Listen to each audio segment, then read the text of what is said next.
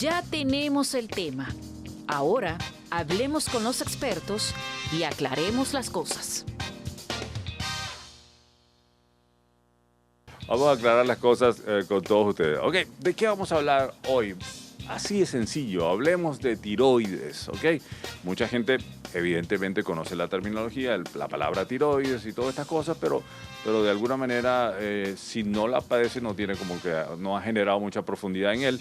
Para eso decidimos traer al doctor, mi gran amigo, el doctor Frank Mendoza. Frank es médico cirujano egresado de la UCLA, es especialista en cirugía general egresado de la UCLA, estallario de cabeza y cuello en Cepón, en Brasil, dedicado a la cirugía de tiroides desde hace más de 20 años, docente también de anatomía quirúrgica en la UCLA, es docente también. Así que bueno, de verdad que súper contento de estar con él porque es una persona que le ha dedicado una profundidad a la tiroides y no podía ser otra persona cuando habláramos de este tema que Frank, que lo invitáramos. Frank, bienvenido a Así es la cosa aquí en Promar Televisión y a la 94.1.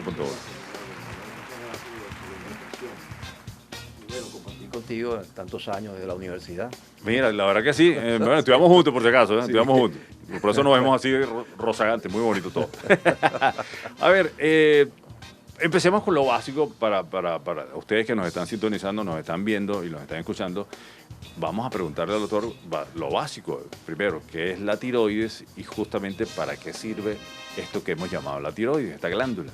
Ok, la tiroides es una glándula endocrina que se ubica en el cuello y su función principal es generar producir unas hormonas que se encargan del metabolismo celular. O sea, todas las células dependen de esa hormona que produce la glándula. ¿Okay? Y ella, Frank, esa producción, esas hormonas que producen la tiroides afectan para bien, en líneas generales, okay, todo el sistema metabólico orgánico. En condiciones normales, pues es prácticamente el que regula el metabolismo de cada célula del cuerpo. ¿Okay? Por eso, cuando funciona bien, pues no hay problema. El problema está cuando funciona mucho más de lo normal o menos de lo normal. ¿Okay? Cuando funciona menos de lo normal, estamos en una patología que se llama hipotiroidismo, una patología médica. ¿Okay? Y lo otro es cuando funciona de más. Se pierde el control superior de la glándula, que también tiene un control superior a nivel de hipófisis, y entonces produce mucha más hormona de la que necesitamos. Entonces en ese caso se activa, la célula se activa a aumentar su velocidad o su tasa metabólica y tenemos una enorme cantidad de alteraciones, pues, cardiovasculares, etcétera, ¿no? Quizás las más acentuadas son la parte cardiovascular, paciente totalmente inestable, paciente hiperactivo, etcétera. Taquicárdico, etc. Sí, exactamente, sí. Bueno, ya vamos a hablar de esa parte de síntomas. Y esa es la parte médica, ¿no? Esa es la parte médica. Ahora, de hecho, tú me comentabas un poquito de la parte epidemiológica. ¿Qué tan frecuente es la aparición justamente de los desórdenes del tema de la tiroides? Bueno, ahí la parte médica, no me meto tanto en la parte médica, sino en la parte quirúrgica. En otra patología que tiene que ver con la glándula, que no tiene nada que ver con la función, que es el nódulo tiroideo, ¿no? Nódulo tiroideo es una patología muy frecuente, oye, muy frecuente la consulta, ¿verdad? Y mucho más frecuente en mujeres que en hombres. Okay. Quizá una de las razones que se dice sobre esto, o sea, que se ha estudiado, es que probablemente el estrógeno es uno de los factores que genera pues, estos nódulos de mujeres, por eso es mucho más frecuente en ellas.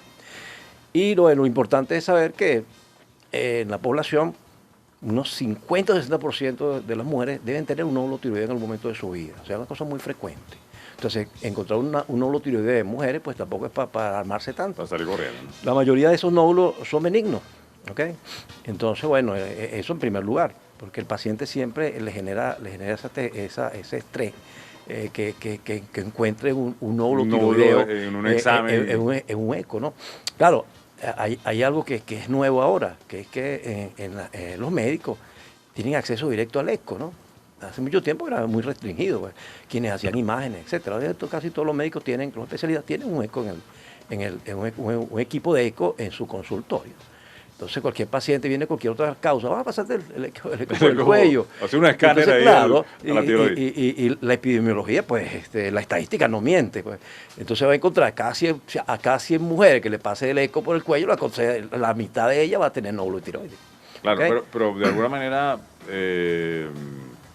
digamos, como medida preventiva, hacer un eco ahí no sé, quizás sea el ginecólogo, puede ser. Puede ser. Vaya haciendo una consulta ginecológica No, y bueno, decía por alguna razón, algún síntoma que le refirió, bueno, déjame hacer Exacto. un poquito O tuvo un dolor en el cuello, le pasaron una molestia, que por el muscular, etcétera, muscular, y consigue el nódulito. Entonces ahí comienza el gran problema con el paciente, ¿no? Ahí llamamos a Frank. No, sí, entonces, claro, que es importante que la población entienda, las personas que se le detecte un nódulo, que no es para alarmarse tanto, casi todos esos nódulos de mujeres son benignos, ¿no? En hombres la cosa es distinta, ¿no? En hombres es menos frecuente, no estamos expuestos al estrés, probablemente por eso tengamos menos nódulos, y eso sí, si aparecen nódulos en hombres, probablemente la probabilidad de cáncer es mayor. Tú entras a la consulta y ves 20 mujeres en la consulta, Okay. probablemente ninguna de ellas tenga un cáncer de tiroides, esos nódulos. Pero si ves 3 hombres en la consulta, probablemente uno de los 3 debe tener un cáncer de tiroides. Bueno, me gustaría aclararlo para la gente que probablemente la terminología no la domine. ¿Qué significa encontrar un nódulo en la tiroides? O sea, ¿qué es un nódulo? Bueno, que es Para un ser nódulo. más Vamos a exacto. definirlo. Sí, es mejor. Bueno, el nódulo es un tumor. Okay. Realmente eso es lo que ocurre. De Es que dimensiones variables. el término se usa como para suavizar un poco la palabra, ¿no? Porque para nosotros que somos médicos, ¿qué? Tú me dices, ¿viste un tumor? Benigno o maligno, ¿no? Un término genérico. Claro. Entonces se usa ese término como más suave, ¿no? Incluso en mama, tú dices nódulo mamario, ¿no? Es correcto. Un nódulo, no dices tumor mamario. Perdón, porque si tumor mamario así como que, oye, Sí, lanzarle a aquella persona es muy difícil manejar el término, ¿no?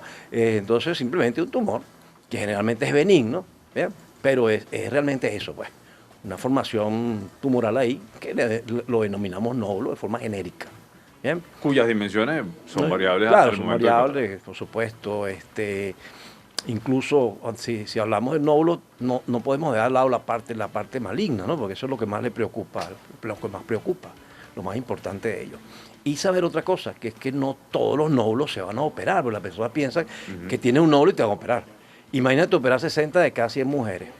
Muchos de esos nódulos ni siquiera aumentan de tamaño, se mantienen en el tiempo, de cierto tamaño, sin cambiar. ¿Okay? Lo importante es hacer un buen seguimiento, que hace mucho tiempo probablemente no teníamos herramientas para hacer diagnósticos previos a la cirugía.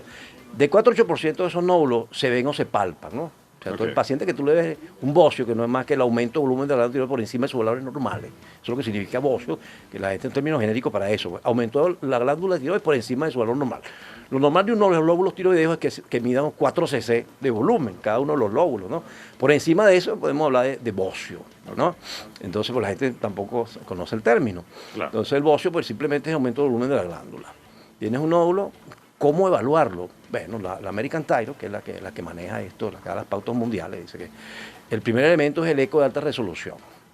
Un eco que tenga por lo menos 10 MHz. ¿Okay? Y ahí viene a caracterizar el nódulo. Es importante que cuando se haga un eco de tiroides, lo haga alguien que tenga conocimiento de la parte de imágenes. Realmente un radiólogo o ecografistas que tengan experiencia con este tipo de patología por la tiroidea, ¿no? Que conozca bien la imagen, pues, que esté bien entrenado en esa parte, porque hay muchos detalles que se toman en cuenta para tomar decisiones quirúrgicas. La punción con aguja fina, que es una herramienta que usamos para hacer diagnóstico sin tener que abrir al paciente. Antes el paciente tenía un bocio o un nódulo palpable, ese paciente que iba a quirófano obligatoriamente. Había un algoritmo diagnóstico que era usar la gammagrafía, ¿no? Que sea aquello, no sé si te acuerdas, que el nódulo frío, nódulo caliente, que el nódulo frío y ecográficamente era sólido, el paciente tenía que ir a quirófano porque la probabilidad de cáncer para lo que sabía en la época pues era mucha, pero realmente al final se demostró que no era tanto. Se llevó a pabellón cualquier cantidad de pacientes sin necesidad y exponerlo a las complicaciones propias de esa cirugía, claro, que no son banales, pues. No, y son importantes las complicaciones, ¿ves? Per se. Entonces, después del 2000 la cosa cambia un poco. Los ecos se hacen de más resolución y permiten caracterizar, o sea, ecográficamente el nódulo y determinar si esos rasgos orientan hacia malignidad o hacia benignidad. Por ejemplo, llega el paciente, yo trabajo con mi radióloga, la doctora Alexia Coronel, una doctora porque tiene muchos años de experiencia, jubilada del Hospital Central como radióloga. Todas tus consultas Con ella, Va estoy con ella con porque ella y le bueno, hacen trabajo el con eco ella de y inmediato. tenemos un equipo de alta resolución y ella en conjunto, ella hace el eco, revisamos en la imagen y en base a los rasgos de la imagen se determina si se le hace una biopsia por punción, eso se hace una aguja a través de la piel, totalmente coguiado, se lleva el nódulo, se toma la muestra y se envía al patólogo, es citología por punción. Claro. Y el patólogo, también un patólogo experto en esa área, pues hace el diagnóstico en base a las células que está viendo ahí. Hace mucho tiempo pues no era frecuente hacer ese tipo de estudios. Entonces, estos pacientes obligatorios iban a quirófano, sobre todo si eran palpables, ¿no? Si eran visibles o palpables. Eso no había otra cosa que hacer ahí. Entonces, determinar si era benigno o maligno, la biopsia definitiva, después de la cirugía. Pues, ¿okay? Ahora no, ahora podemos determinarlo previamente. El nódulo es benigno, pues, se hace seguimiento del nódulo, hace su punción con agua fina, lo manda al patólogo, el patólogo dice, mira, esto es benigno, que es lo más frecuente, claro. ¿Okay? Y un nódulo que no cambia de tamaño, que se mantiene en el tiempo, no tiene por qué ir a quirófano. ¿Okay? No, que eso puede malignizarse. No, el nódulo nace benigno y se muere benigno, nace maligno y se muere maligno. ¿Okay? O sea, no hay manera de que vaya a cambiar. Lo que sí es que la punción con agua fina es una citología, no es el gol estándar del diagnóstico. Claro, tiene una alta sensibilidad y especificidad, más especificidad que sensibilidad. Eso significa que cuando la punción dice que es maligno, oye, solo un milagro que es benigno, no pues que no lo sea. Eso sí, cuando es benigno, no estamos totalmente seguros de que sea benigno. ¿Okay? Entonces, ¿qué hacemos? Una herramienta. Para corregir eso, al año repetimos la punción. O sea, le hace una punción al paciente, salió benigno, no le puede decir, váyase para su casa, señora, que eso es benigno totalmente. No, porque siempre existe ese, porque como te digo, la sensibilidad es menor que la especificidad, por lo tanto, ese paciente debe evaluarse o reevaluarse al año. Se hace una punción nuevamente, dice 2 veces que es benigno, ya la literatura dice que 2 o 3 veces ese mismo nódulo salió benigno, debe ser benigno, la probabilidad es muy alta de que sea benigno. Entonces el paciente tú lo puedes manejar en el tiempo con revisiones ecográficos anuales, ¿ok? Y si es un nódulo que no creció, que no sigue creciendo, que no molesta, no tiene por qué operarse. Entonces eso también es importante que la gente lo entienda, lo sepa, ¿eh? Que no porque tengas un nódulo te vas a operar. Claro. Cuando hablamos de frecuencia en la tiroides, alteraciones, hablamos algunas médicas, por supuesto, y las quirúrgicas. En las médicas, pues ahí va el hipotiroidismo. El hipotiroidismo, el hipertiroidismo. Si a grosso modo nos pudieses hablar, sería simpático para que la gente entienda que digamos, hay digamos, distintos tipos de enfermedades que se pueden producir o condiciones que se pueden producir en la tiroides y algunas de ellas son médicas y otras son quirúrgicas. Por supuesto, el hipo y el hipertiroidismo son de manejo médico, de manejo del endocrinólogo, que es el médico que se encarga de esta patología. ¿Okay? ¿En el hipo qué pasa? En el hipo, claro, hormonalmente bueno, se produce menos tiroxina de la que normalmente produce menos T3 y T4, empieza a producir menos de lo normal, y entonces, por supuesto, las células van a trabajar a media máquina, que vamos a usar el término, ¿no? Van a trabajar menos de lo normal. Menos gasolina. Bueno. Exacto, eso va a crear problemas también, por supuesto. El paciente, pues, es uno de los que más llama la atención al paciente que se aumenta de peso. Puede aumentar de peso, por supuesto, pero se altera todo esto. El paciente va a estar como fatigado, va a estar disminuido su energía, ¿sí? Va a estar disminuida. Y eso puede ser tan severo, el paciente debería estar en reposo. Muchos pacientes lo ven por ahí, hipotiroidismo, no saben el riesgo que están corriendo. ¿Okay? Entonces, claro, lo importante es eso. Si estás hipotiroideo, debes ir a medicarte. Debes recibir tu hormona tiroidea. Pues, en este caso, el Eutirox, que es la marca comercial de levotiroxina sódica, que se usa en esos casos. Cuando es hipertiroidismo, la cosa es un poquito más, o sea, claro, es más severa la cosa. Bueno, ahí se acelera todo. Sí, por supuesto, son más palpables, son más visibles estos síntomas. El paciente va a hacer, la parte cardiovascular es una de las que más se presenta aquí. ¿Okay? Taquicardia, arritmias, etcétera. El paciente está alterado en el sentido de que está como acelerado.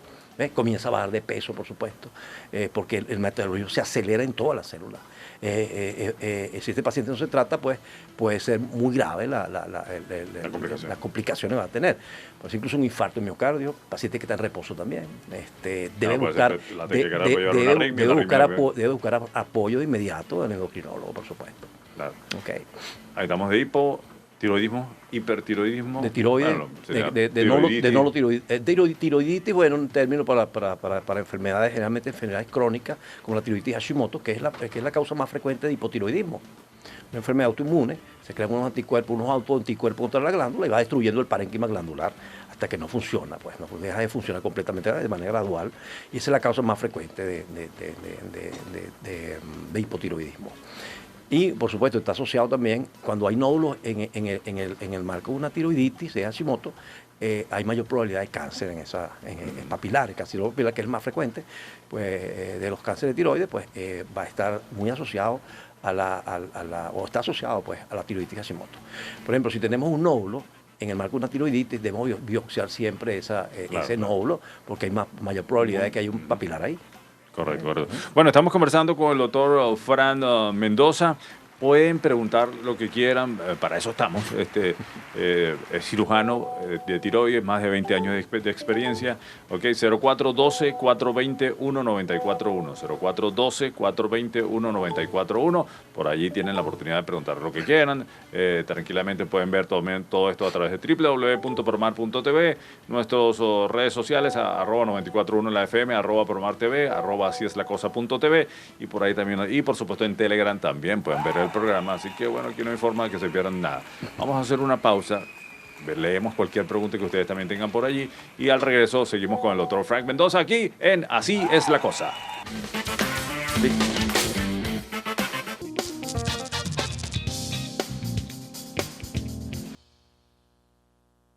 Terminemos con la duda. Pregunten, que el doctor responde.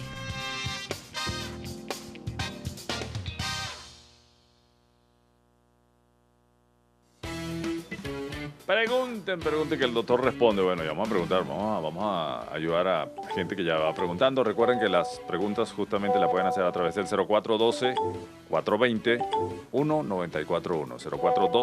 0412-420-1941 y recibimos ahí por las redes sociales, cualquiera puede hacerlo también. Cuando, Fran, por favor, cuando es diagnosticado con hipotiroidismo, ¿esta medicación es de por vida o tiene su tiempo? Gracias por difundir programas de tanto valor en cuanto a salud. Es un tema médico, pero bueno, evidentemente es tu área.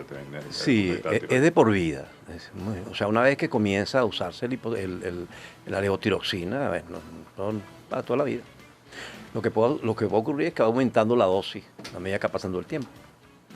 Okay. O sea, lo importante es mantener el control con el internista, con el endocrino. Exacto, con su endocrino. Para evaluar que todo vaya bien, ¿no?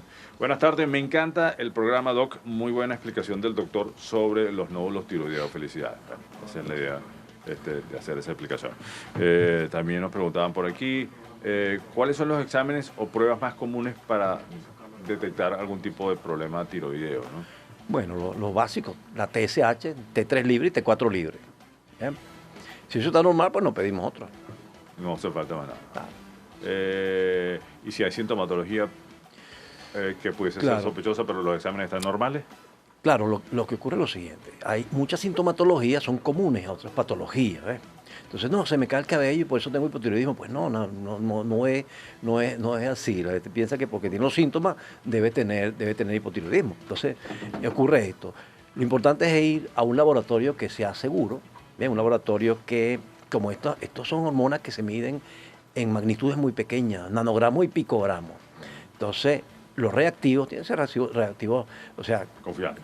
Sí, que no estén vencidos, pues. No vas a ir a un laboratorio donde hacen eso hoy y el próximo lo hacen en un año. Entonces, tienes que tratar de ir a un laboratorio donde eso lo hagan todos los días. Claro. No voy a decir nombre, pero pero hay que tratar de ir a un laboratorio confiable en ese sentido. Pues tú haces una hematología, lo puedes hacer donde tú quieras, pero cuando mides magnitudes tan pequeñas, esas hormonas se miden en nanogramos, como dicen, nanogramos y picogramos. Deben ir a un laboratorio confiable, ¿verdad? Para estar seguro, porque el diagnóstico se hace en base a eso. ¿Verdad? Dice Frank, ¿el médico internista puede controlar los problemas de tiroides o debe ser un médico endocrino? No, pues un internista, por supuesto, con experiencia, que por supuesto que lo puede hacer, no hay ningún problema. Sí, de hecho... Hay endocrinólogos, hay internistas que se dedican a la parte de tiroides, pues, hacen la parte endocrina de tiroides nada más, por ejemplo, conozco. Sí, que tienen mucha experiencia haciendo esto, y mira, ¿qué le puedo decir? Y bueno, el endocrinólogo, pues, sería el ideal, pero el internista también. Saludos al médico Frank, excelente cirujano, dice Janet. Probablemente es un paciente. Muchas gracias. Ok, 0412-420-1941. ¿Cómo poder prevenir estas enfermedades que son hormonales, Frank, y que tienen sus consecuencias a nivel de tiroides y sobre todo, evidentemente hemos hablado del nódulo tiroideo por tu condición de cirujano y con la especialidad en haber estado a cargo durante más de 20 años sobre el tema tiroides, pero ¿qué podemos hacer en función de prevenir, digamos, enfermedades tiroideas? Oye, mira, realmente en la actualidad, pues la sal que se usa tiene yodo, o sea que antes fue sí porque no había suficiente yodo en la sal, por ejemplo, ¿no? O en zonas alejadas del mar, etcétera, pues se ven pacientes en esa zona alejada del mundo, pues diría uno. Todavía existen bocios endémicos precisamente por eso, no tienen ese factor en la alimentación. Pero actualmente, pues decir que hay algo que puede evitar la presencia de nódulos, pues es muy difícil. Eso no tenemos ese dato todavía. Bueno, pero como toda condición, evidentemente la buena alimentación. Claro, por supuesto, la buena alimentación no es que está de más, ¿no? Sí. Como te decía, pues el nódulo frecuente en mujeres, uno de los elementos, pues el estrógeno propio de la mujer. Habrá otros más, por supuesto, pero Claro. detalle. Excelente entrevista. Saludos al mejor cirujano, doctor Fran Mendoza, de su paciente Mari Parra. Uy, vale, saludos. Si quedamos contentos, estamos bien, ¿verdad? Sí. Dice, ¿cuál es la relación? Bueno, lo hemos comentado, pero bueno, igual es importante aclarar la relación entre el peso, el ánimo y el cansancio con la tiroides. Peso, ánimo, cansancio. Claro, un paciente hipotiroideo como el metabolismo va a estar disminuido, tiende a aumentar de peso el paciente. Uno de los factores que el paciente aumento de peso, la fatiga, por supuesto, porque las células van a trabajar menos, en una velocidad menor, no vas a tener cómo responder a una situación de estrés, no vas a poder responder a ella de inmediato. Eso es lo que hace peligroso tener hipotiroidismo y no ser tratado. El paciente, por ejemplo, tiene TSH de 100 unidades, eso es demasiado alto, muy severo. Sale corriendo y el paciente puede ser un infarto. Porque no va a haber, el sistema adrenérgico está bloqueado. Claro. O sea, no va a poder responder. La demanda energética que se pide de inmediato no va a poder ser compensada en el tiempo que se requiere. Por esa razón, tu paciente puede estar en reposo e ir a su médico tratante. A ver, dice por acá, son heredadas de nuestras generaciones anteriores, abuelos, padres, etcétera. Sí, sí hay cierto patrón, hay pacientes en la familia que tienen nódulos, pues que si todos tienen nódulos, eso sí lo he visto. ¿Cuándo es necesario realmente operar la tiroides? Ok, es una pregunta... Eso es muy buena. Es una buena pregunta, ¿no? Cuando tenemos nódulo tiroideo ya sabemos que como 50-60% de las mujeres no tienen nódulo tiroideo, no podemos operar a la mitad de las mujeres porque tengan nódulo, ¿ok? ¿Qué hacemos aquí? Hay que hacer seguimiento y hay que estar seguro si el nódulo es benigno o es maligno. Eso es lo que más nos interesa. Que empezamos con la punción. Y como tenemos esa herramienta, hacemos un buen estudio, una buena punción, ¿verdad? Un buen patólogo que nos diga que eso es benigno, está seguro de que es benigno, pues hacemos seguimiento con el tiempo.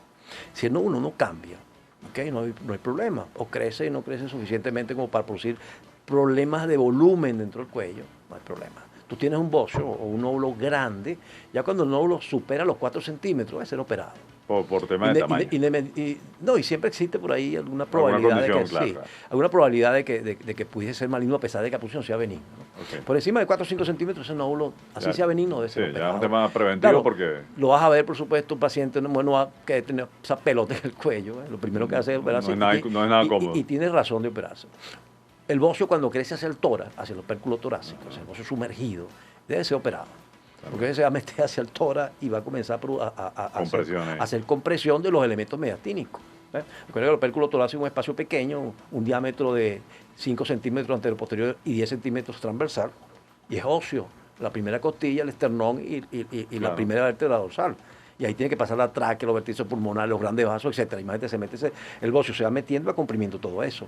Entonces, si no se opera a tiempo, la cirugía no va a ser por cuello, sino por tórax. Cuando es muy severo, un grado 4, que llega ya a la aurícula del corazón, hay que abrir con una sierra el esternón. ¿Sí? Es poco frecuente, por suerte, pero ese tipo de bocios deben ser operados, los bocios sumergidos.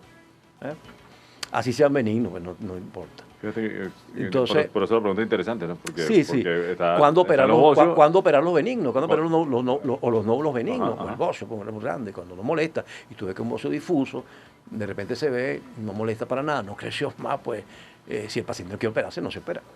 ¿Eh? Pero si es grande y produce trastornos de volumen, compresión, esófago, etcétera, el paciente debe ser operado. Por En eso esos casos, sí. el tema del diámetro, la dimensión del De nódulo, volumen, sí. realmente, o sea, sí es importante, pero el más importante es el resultado de la Sí, punción con aguja fina. sí, exactamente. Por ejemplo, si es benigno, podemos seguirlo, claro. Cuéntanos, Fran, por favor, Dime. el tema de la punción con aguja fina, que la gente puede, el que no lo haya visto o no haya Ok. pasado, pensará que es una cosa súper traumática. No No es. lo es. Claro, lo realmente. importante es que si te vas a hacer una punción de esta, tienes que hacerlo con gente que tenga experiencia haciéndolo, Claro. ¿ok?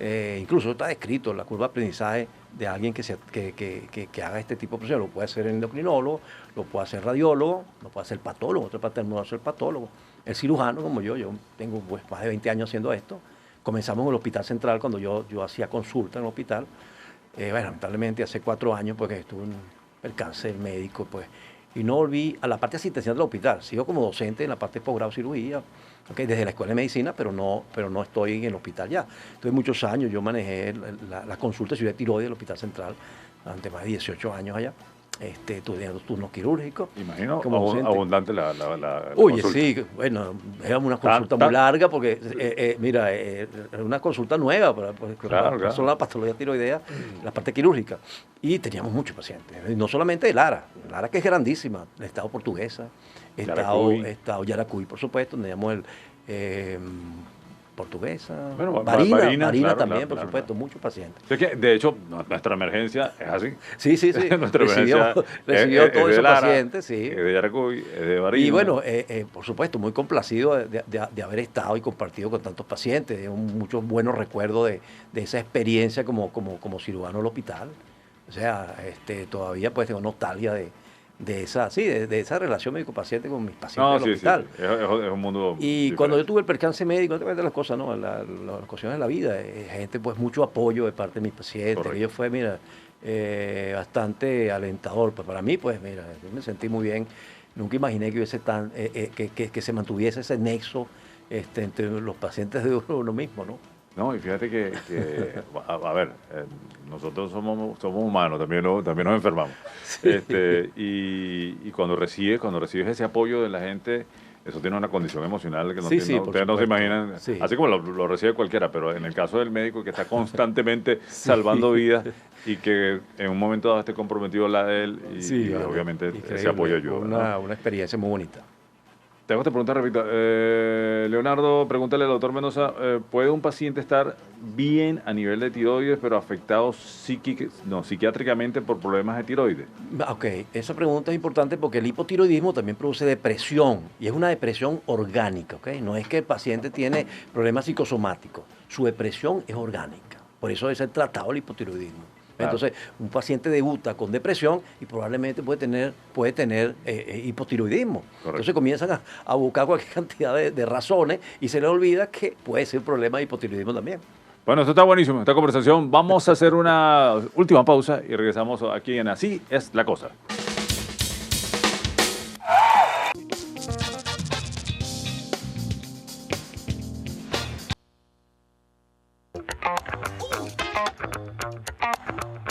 Después de hablar, analizar y razonar, llegó la hora de... ¿Y entonces? ¿Cómo es la cosa?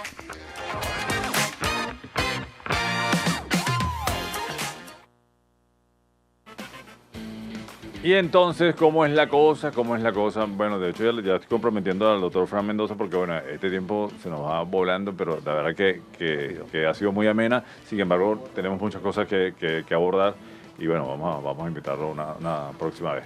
Pero, Frank, para redondear un poco lo que pudiésemos ser muy importante para que la gente entienda en conclusión sobre este tema de la tiroides, sobre todo desde el punto de vista quirúrgico, y las recomendaciones y los mitos para que no le tengan miedo a algo que se encuentra en la tiroides y que evidentemente hace falta el abordaje quirúrgico, ¿no? Claro, sí.